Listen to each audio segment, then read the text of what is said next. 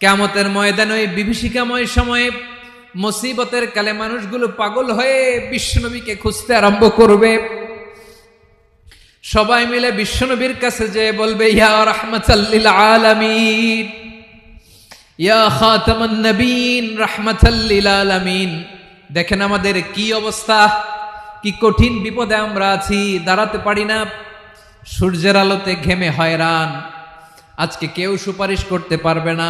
সব নবীরা অপারগতা স্বীকার করেছে, তারা বলেছে আপনি ছাড়া কেউ নাকি আল্লাহর সামনে দাঁড়াতে পারবেন না, আপনি একটু সুপারিশ করেন। বিশ্বনবী বলবেন, আসো আসো, আজকের দিনে আমি ছাড়া আল্লাহর সামনে কেউ দাঁড়াতে পারবে না। বিশ্বনবী মাকামে মাহমুদে যে আল্লাহু আকবার বলে সিজদায় লুটিয়ে পড়বেন। আল্লাহ রাব্বুল আলামিন বিশ্বনবীকে এমন কিছু চমৎকার শব্দ শিখাবেন, ওই শব্দগুলো দিয়ে আল্লাহর প্রশংসা করে বিশ্বনবী কাঁদতে আরম্ভ করবেন।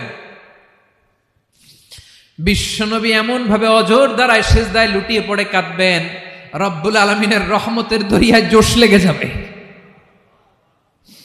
রব্বুল আলামিন এই দৃশ্য থেকে সহ্য করতে পারবেন না। রব্বুল আলামিন বলবেন, ইয়া মুহাম্মদ ইরফা রাসাক, ও নবী আপনি মাথা তোলেন, মাথা তোলেন, আপনার কান্না আমি সহ্য করতে পারি না। নবী আপনি মাথা তোলেন, সাল তুতা, আজকে আপনি যা চাবেন তাই দেব। নবী আপনি সিজদা থেকে মাথা তুলেন, সাল তুতা, যা চাবেন তাই দেব। ওয়াশফা তুশাফা, যার জন্য সুপারিশ করবেন তার সুপারিশ কবুল করে নেব। বিশ্বনবী এবার মাথা তুলবেন। যে বিভীষিকাময় সময়ে প্রত্যেক নবী বলেছেন আমি পারবো না, প্রত্যেক নবী বলেছেন নফসি নফসি, আমার কি হবে আমি জানি না, আল্লাহ আমারে বাঁচাও।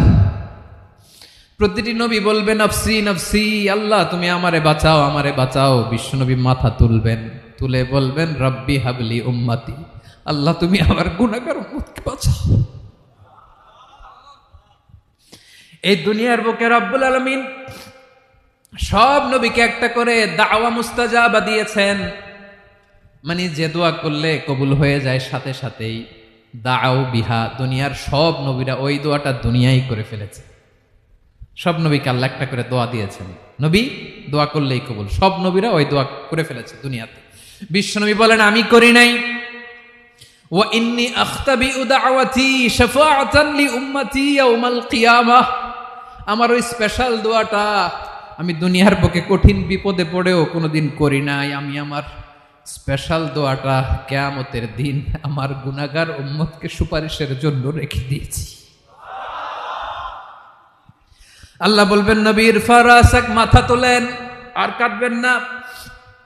বিশ্বনবী মাথা তুলবেন, আল্লাহ বলবেন সাল তুতা, আপনি যা চাবেন তাই দেব। ওয়াশফা তুশাফা, সুপারিশ করেন, সুপারিশ কবুল করব।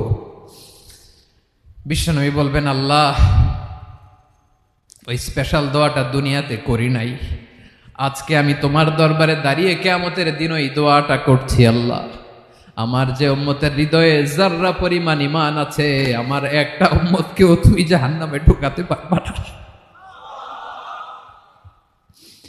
বিশ্বনবী পাগলের মতো একবার হাউজে কাউসারে যাবেন, একবার সিরাতে যাবেন, একবার পুলসিরাতের দিকে, একবার হাউজে কাউসারের দিকে, পাগলের মতো দৌড়াতে থাকবেন, তার কোনো গুনাহগার উম্মত যাতে জাহান্নামে ঢুকে না যায়। সেদিন কেউ সুপারিশ করতে পারবে না বিশ্বনবী ছাড়া।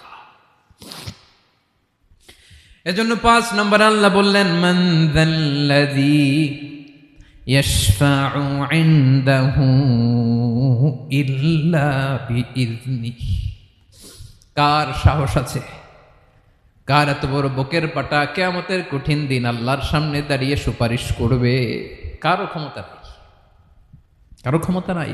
বিশ্বনবী সেদিন সিজদায় পড়ে উম্মতের জন্য কাঁদবেন, সবাই কাঁদবে নফসি নফসি, আল্লাহ আমারে বাঁচাও, আল্লাহ আমারে বাঁচাও। বিশ্বনবী বলবেন উম্মতি উম্মতি, বিশ্বনবী আমার জন্য কাঁদবেন, আপনার জন্য কাঁদবেন, আমাদের জন্য সেদিন কেঁদে কেঁদে জাহান্নামের দরজায় দাঁড়িয়ে আমাদেরকে টেনে টেনে জান্নাতে ঢুকাবেন। এজন্য এই বিশ্বনবীর ভালোবাসা যেন আমাদের হৃদয়ে ভরপুর থাকে। আমার ভাইয়েরা, প্রতি শুক্রবার বিশ্বনবীর উপরে বেশি বেশি যেন আমরা দুরূদ পড়ি। আমরা যখন বিশ্বনবীর সালাম দেই, দুরূদ পড়ি,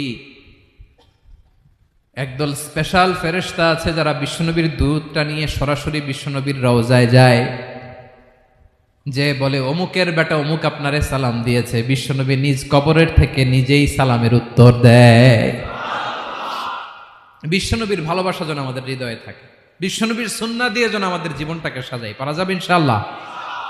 বিশ্বনবীর ভালোবাসা ছাড়া কেউ জান্নাতে ঢুকতে পারবে? বিশ্বনবীর পক্ষে আমরা বলবো, বিশ্বনবীর পক্ষে আমরা লিখব, বিশ্বনবীর জন্য আমরা আমাদের কলিজার রক্ত বিলিয়ে দিব। ঠিক কিনা বলেন? সেদিন বিশ্বনবী ছাড়া কেউ সুপারিশ করতে পারবে না। 5 নম্বর আল্লাহ বললেন, মান যাল্লাযী ইয়াশফাউ ইনদাহু ইল্লা বিইذনি, কে আছে সুপারিশ